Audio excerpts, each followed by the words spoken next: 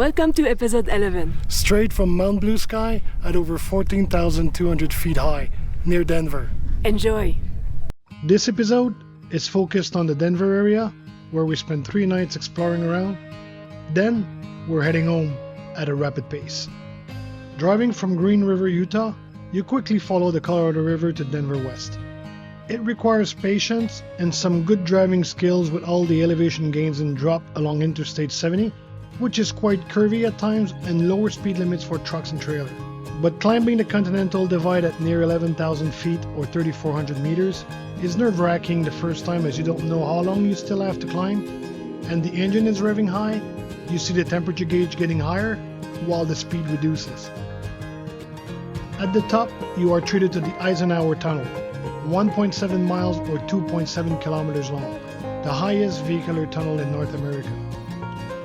Afterwards, you are going down for quite a long time at a steep grade, and you must use the engine brake to slow you down.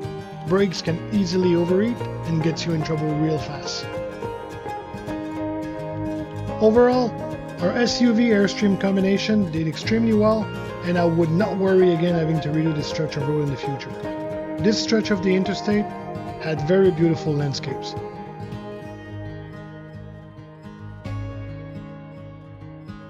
After that roller coaster drive, we've arrived at our KOA in Central City near Denver, Colorado, which sits at 8,500 feet or 2,600 meters elevation.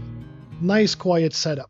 As a day trip, we decided to drive up on the highest paved road in North America to Mount Blue Sky, formerly named Mount Evans, with an elevation of 14,264 feet or 4,347 meters high, making it the 14th highest peak in Colorado.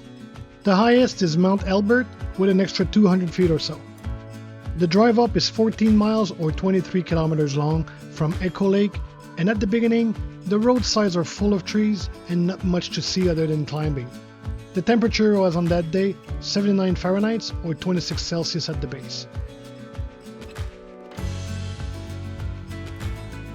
When you arrive at Mount Goliath at around 11,500 feet or 3,500 meters, you reach the tree line and there are less and less trees on the side of the road. All you see is rock and you find out how high you really are. Then you keep going and you reach Summit Lake at 12,800 feet high or 3,900 meters. At that point, we wore our jacket as it was very windy and getting chillier.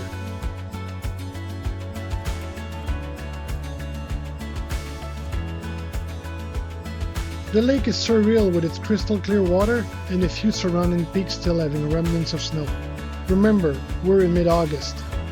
Finally, the last stretch of the road to reach the top is so scary, with no guardrails and wide enough for 2 cars and about 1 foot in between.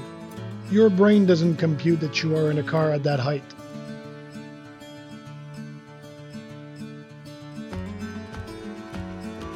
Once you reach the end of the road, you park your car and get ready for some hiking. To reach the top, you hike up 100 feet or so amongst the goats and other people. At the top, the temperature is near 50 Fahrenheit or 10 Celsius and the view is to die for.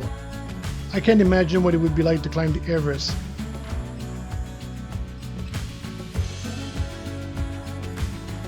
"14,000 feet is the maximum for us.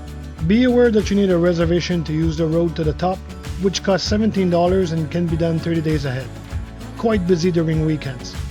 Unfortunately, the road will be closed in 2025 for a full revamp, which is really needed near Summit Lake, and adding a few guardrails would be great as well. After all these emotions, we stopped for lunch at Tommyknocker Brewery in Idaho Springs. Quite a lovely little town. Food and beer were exactly what we needed. On our way back to the campground, we did a quick detour to Central City, which is another small town, but this one is popular for its casinos.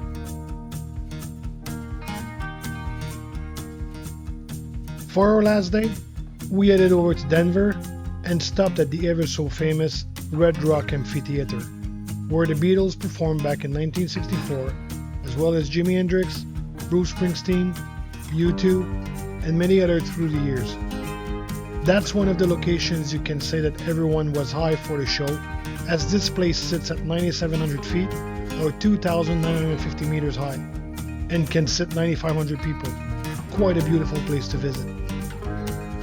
Once in Denver, we walked the 6th Street Mall, which was unfortunately under heavy construction. We deviated to Larimer Square, the most cosmopolitan neighborhood, to have a delicious lunch at Rioja restaurant. Then we headed over to historic Union Station, opened in 1881 but rebuilt in 1914, walked with baseball fans to the Court Stadium, and finally headed over to the Dairy Block, which was home of the Windsor's Dairy but converted to breweries, restaurant, and art gallery. Very hipster. Of course we had to have a beer, and we did it at Westbound and Down. Good stuff. Leaving the Denver area traveling east, we would have never imagined it being so flat in agricultural.